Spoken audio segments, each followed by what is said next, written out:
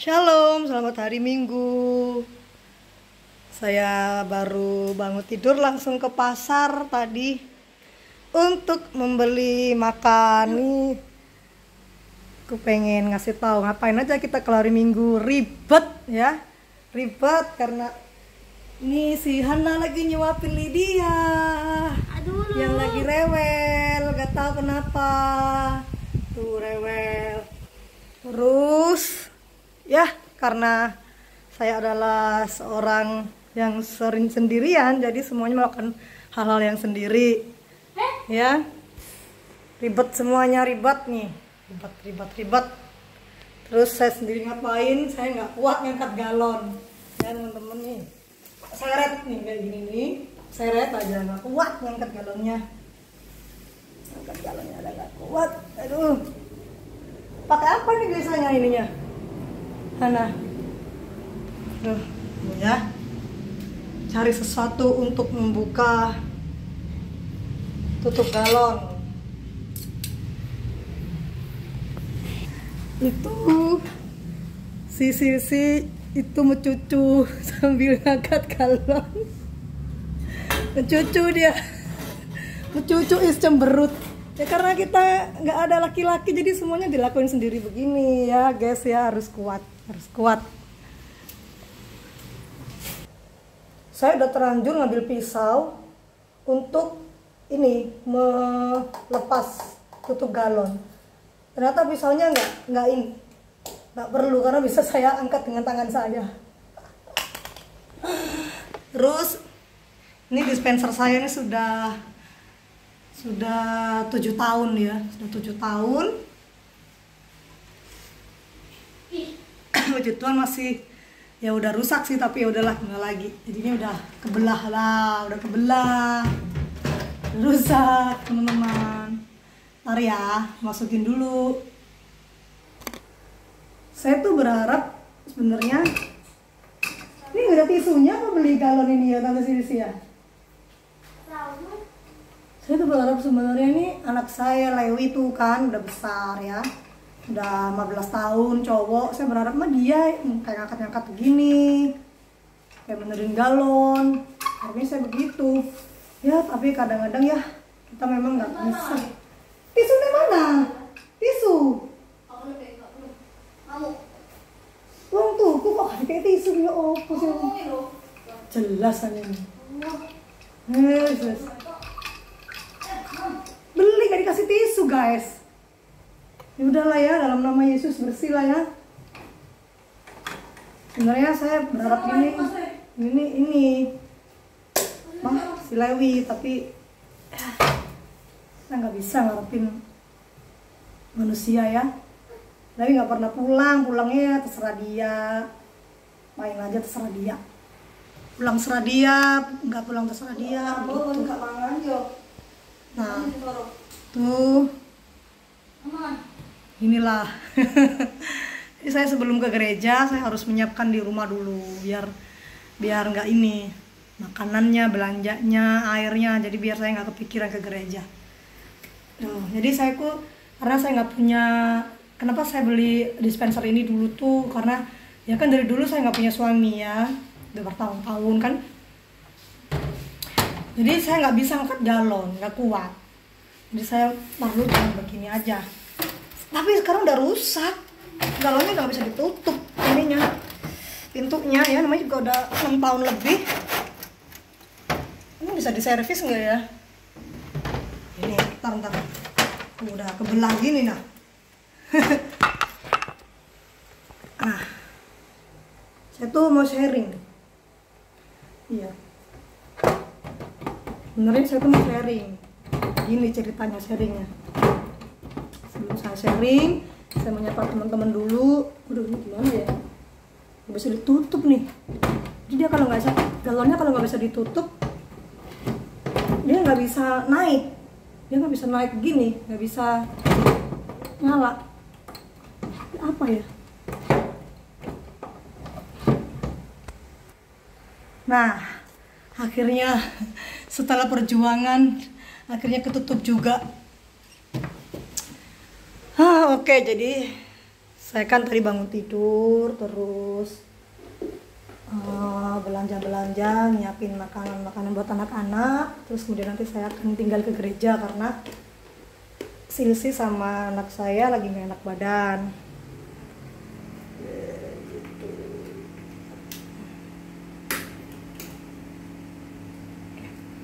Saya tuh mau sharing, jadi setiap hari Sabtu, ini kan hari Minggu nih, setiap hari Sabtu tuh si anak saya Hana itu kan harus ke gereja karena dia itu ibadahnya itu hari Sabtu, ibadah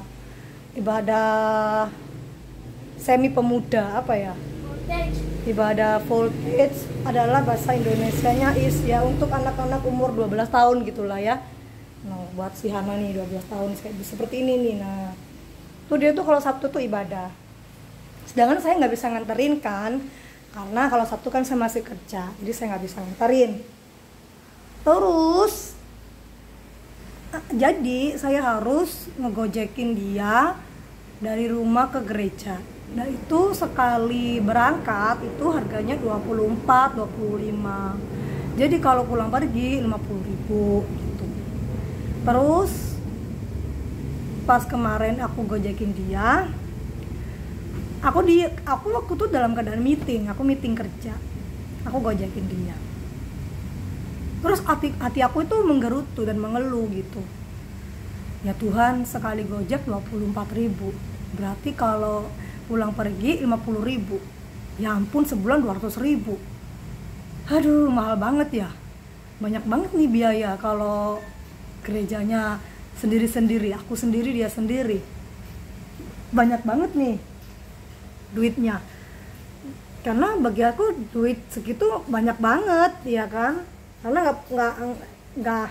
nggak punya duit aku untuk sebenarnya budget untuk dia ke gereja gitu. Terus nanti gimana kalau minggu depan nggak bisa ngegerejain dia, gimana? Menggerutu aku kan,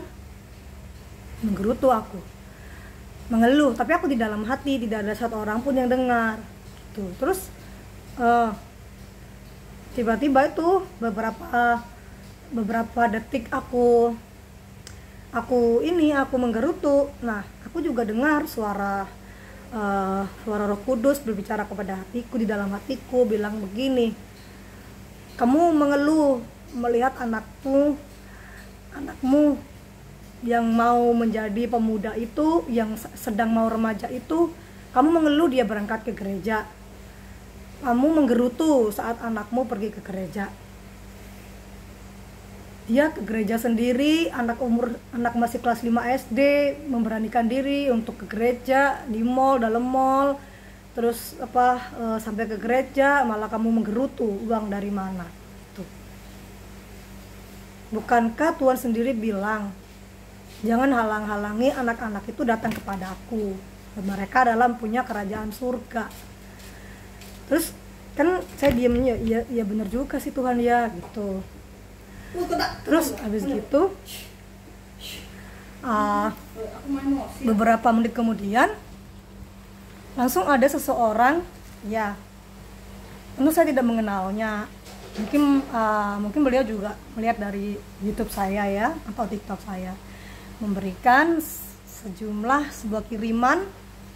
Itu saya lihat itu kirimannya itu pas banget dengan hitungan saya kalau mau memberangkatkan anak saya ke gereja, yaitu 200.000. Terus Tuhan langsung bilang kayak gini, kamu butuh uang 200.000 kan untuk anakmu ke gereja. Lydia, sebentar, ya ampun, Lydia udah keluar. Lydia, no, sebentar ya. Jadi saya merasa kayak saya dapat berkat 200.000 itu bukan senang, tapi saya merasa kayak malu banget ya sama Tuhan ya.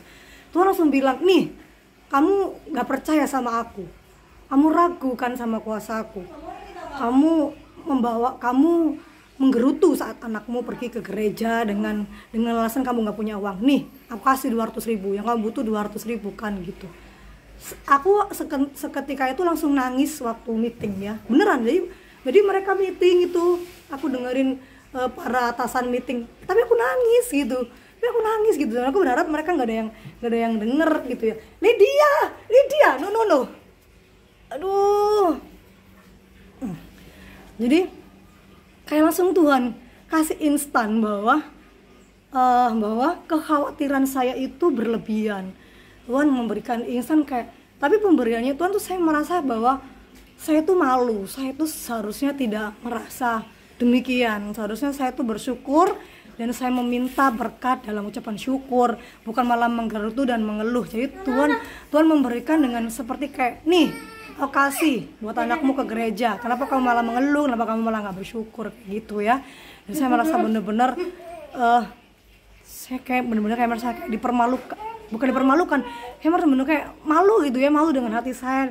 Dan ternyata apa ya, kita tuh harus hati-hati sama hati kita gitu. Karena busuknya hati kita itu Tuhan tahu. Sedikit apapun kehamiran dalam hati kita Tuhan tuh tahu, dan sebanyak apapun kekhawatiran dalam hidup kita Tuhan tuh tahu. Apa yang kita butuhkan, apa yang kita perlukan, apa yang kita nggak mampu lagi, apa yang kita inginkan, Tuhan tuh semua tahu ya. Itu sharing saya sih, bahwa saya malu sama Tuhan, bahwa selama ini Tuhan memberikan saya mujizat, saya masih nggak percaya. Selama itu Tuhan memberikan saya apa yang saya perlu, saya masih khawatir. Tuhan memberikan apa yang saya butuhkan, tapi saya masih takut dan cemas, seperti itu. Terima kasih, saya mau mandi dulu. Saya mau pergi ke gereja. Sampai jumpa di kesaksian saya berikutnya. Tuhan Yesus memberkati. Dadah.